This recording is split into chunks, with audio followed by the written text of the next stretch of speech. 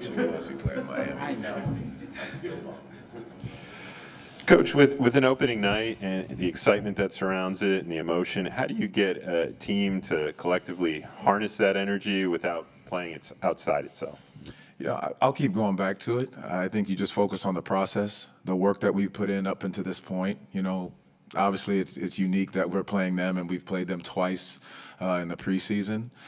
So just focusing on the things that we need to control within this game that we can improve upon from the last time we've played them, but just using the energy of the building because it is going to be, you know, a lot of magic vibes in this building. So I think our guys need to harness that and enjoy it, but then obviously keep focused on the process of what we've done up until this point.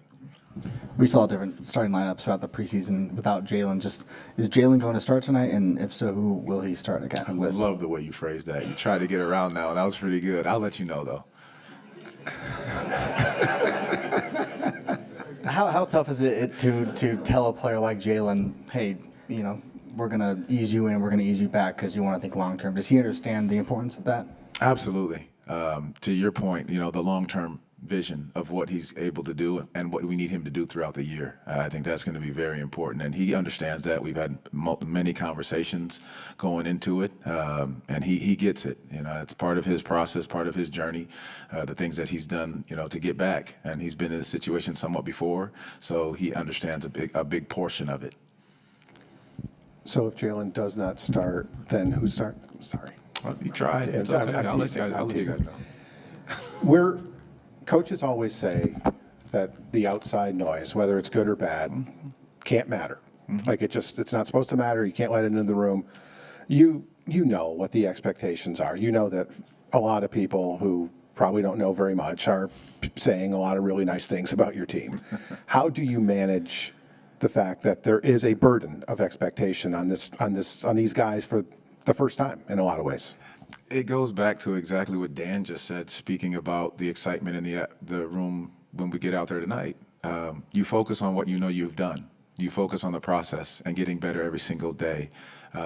Yes, there are a lot of people saying a lot of things. We haven't played our first game yet, you know, so we've got to continue to analyze what we're doing, right, what we can improve upon.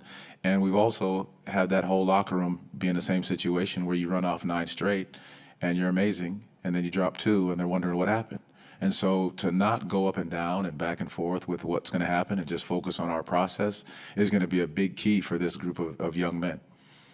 Well, kind of going off that, given the success of the preseason, the offseason acquisitions, is this the most excited you've been for an opening night starting season? You know, a friend of mine sent me a text message today, and it's like, I don't know if it's as much excitement as it is just gratitude. And I think, you know, sometimes you get in this position and you get into the dog days of the season and you forget how grateful we are to do this job, how blessed we are to do it, to be able to coach some of the best players in the world. And it's more gratitude for that, you know, to start off the year fully healthy. And just to be around this group of young men and coaches and just to be able to get to do this, you know, for the 5th time. Coach, unfair to sort of judge your offense from last year with the 3 significant injuries that you had, but the number was what it was last year. Not to read too much into the preseason, but you guys were the number 2 scoring team in the league in the preseason. What pleased you most, or what did you see in terms of improvement in your offense through your preseason? I think there's small pieces that we've looked at. Without giving away all the things that we do to try to get our offense going. You know, I thought the way in which we pushed the ball was a high priority, make or miss. I thought our guys, you know, attacking the glass was a big priority. But more than anything, I think the way we shared the ball, I think the last game we might have had 33 assists, just our ability to move, make quick decisions and not have to hold or hesitate with what we're doing. And that comes with the trust factor that these guys know that the open man gets the ball, we're making the right play. Coach, how important is the first quarter tonight just to get out to a good start and get the crowd into it? You know, I think how we start the game is going to be very key for us. You know, the first and thirds just is how we can come out, you know, set the tone early.